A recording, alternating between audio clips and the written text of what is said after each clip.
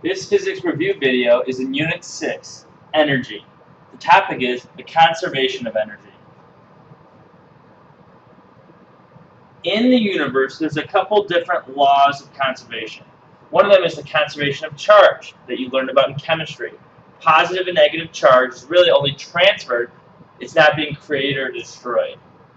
Another one is conservation of matter. Matter cannot be created or destroyed, it can only change form or be transferred. Energy is another one of those. Energy is never created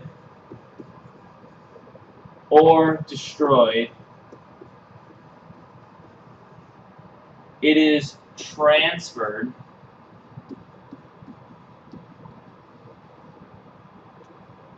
from one form to another. So if I have a lot of potential energy, that could turn into kinetic energy, but the total of all that energy would stay constant. Here's an example problem in which we have a 1 kilogram box that is at 0 meters per second. It's being held up at 6 meters in the air, and we're going to drop it. And as it falls, the type of energy that it has is going to change. At the top, it's not moving, so it has very little kinetic energy. However, it is relatively high, so it does have gravitational potential energy. As it falls, it's going to lose height but pick up velocity. That means it's going to be losing gravitational potential energy, and it's going to be gaining kinetic energy. So let's look at how much energy it has as it travels. Up here at the top, again, my equation for gravitational potential energy is mgh. So up here, I've got 1 kilogram times 9.8 meters per second squared times 6 meters. Here, I've got 58.8 joules of gravitational potential energy. Again, it's not moving up there, so we know that the kinetic energy is 0 joules. So the total energy that the box possesses at the top is 58.8 joules of energy. Okay, at 3 meters, halfway down, I can still find its gravitational potential energy. Again, it's going to be less.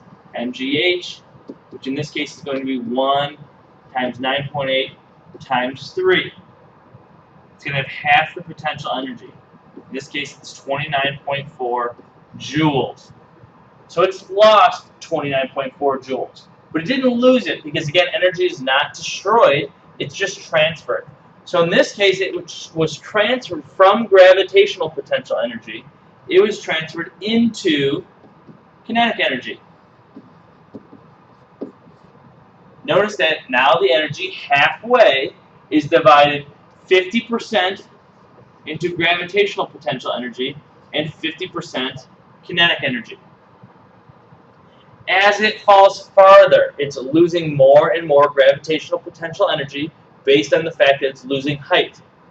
But it's also picking up speed, so much so that at the very bottom, there is no height. So we know that at the bottom, gravitational energy is 0 joules. Well, if energy is never created or destroyed, the box always has to have the same total amount of energy. That total is 58.8 joules of energy. And if none of it is gravitational, all of it must be kinetic. So all the energy that I had at the beginning is still there. It's just been transferred from one type to another. So now I've got 0% gravitational, 100% kinetic. At the top, I have 100% gravitational and 0% kinetic. So if you were looking at this as a bar graph, one bar would be decreasing while the other one increases. But the total between the two would always stay the same. This is one reason that on a roller coaster, you'll never ever notice that there's a hill taller than the original lift hill.